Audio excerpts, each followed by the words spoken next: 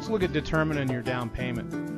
At the beginning of 2007, at the time we recorded this video, there's been a tremendous amount of media hype about how low down and no down payment programs are hurting home buyers. Now, folks, in my opinion, these pundits couldn't be more wrong.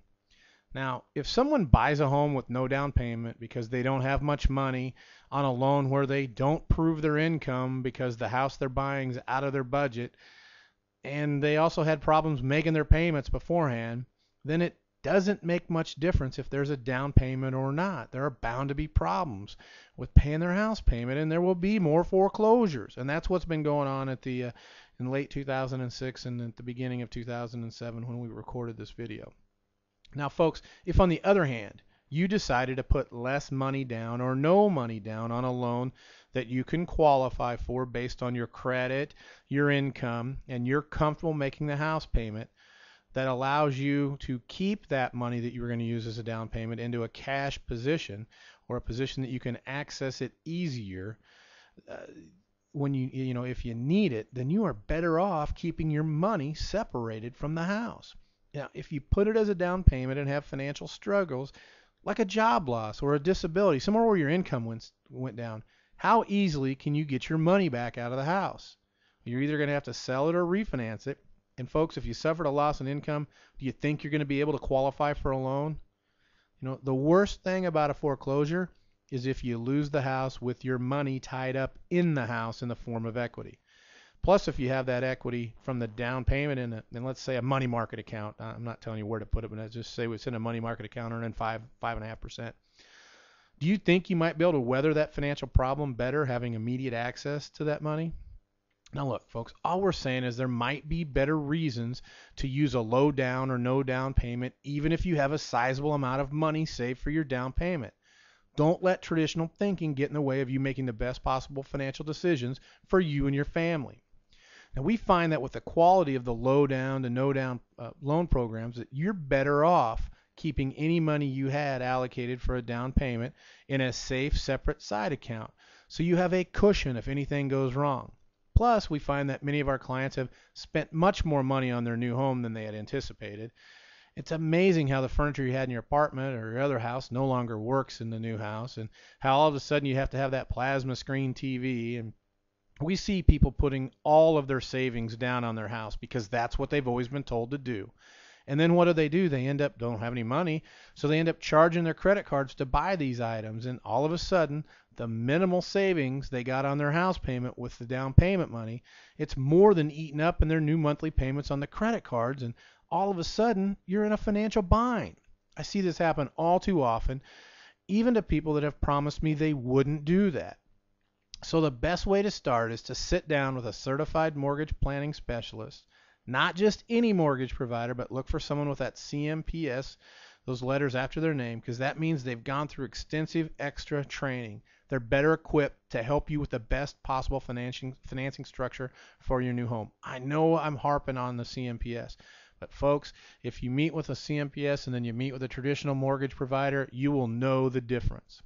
Now, while interest rates are important to the process, the lowest rate on the wrong loan program can cost you tens of thousands or hundreds of thousands of dollars, or worse, it could have hidden surprises that could cost you your home. We're going to talk about choosing a real estate, and I've got several different segments here that you need to listen to about choosing a real estate. So basically, you're pre-approved. So what do you do next? Well, now you begin interviewing a real estate agent.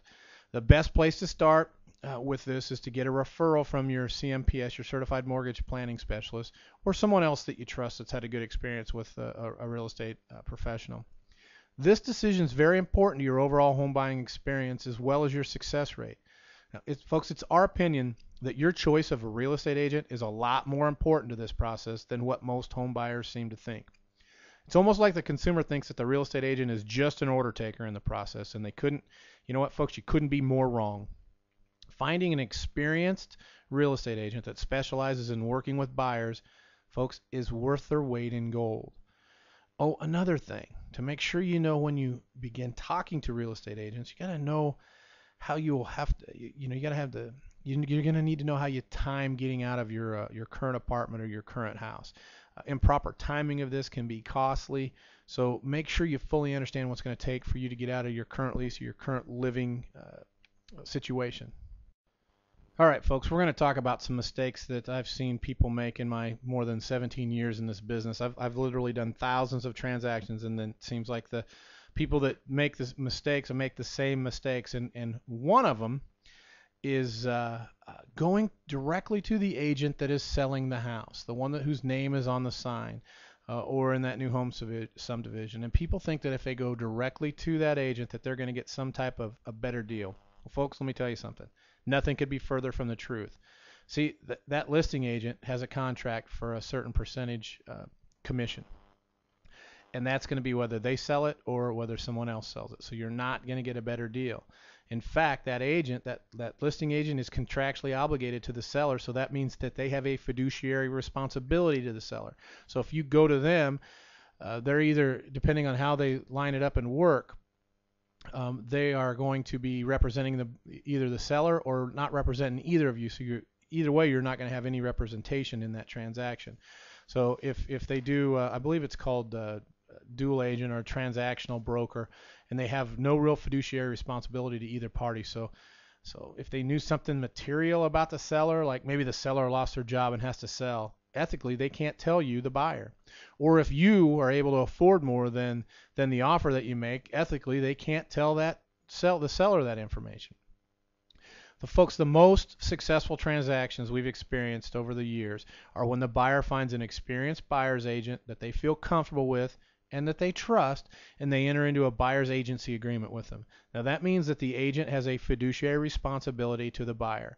So if they know something about a particular party, maybe something they heard around the office that would put you as the buyer into a better negotiating position, they're obligated to tell you. If they aren't your buyer's agent, they aren't allowed ethically to tell you those types of things. So if the agent you're talking to doesn't talk to you about being a buyer's agent for you, then you might want to keep on looking for one that will. Another mistake, and this one, folks, is huge. We've seen it time and time again when a buyer is going around to brand new homes, wants to buy a brand new home in a brand new home subdivision. They make the mistake of going into the subdivision and signing in on the information sheet without having a buyer's agent with them. Then they think that if they use the agent in the subdivision that they're going to get a better deal on the house. Well, folks, what happens here is the agent isn't there to protect your interest. They're there to protect the builder's interest. And a majority of the time, we've seen the buyer pay way too much for the house, way too much for the upgrades, and they don't receive much, if any, help from the agent along the way. Always, and we mean always, have a buyer's agent representing you in new construction.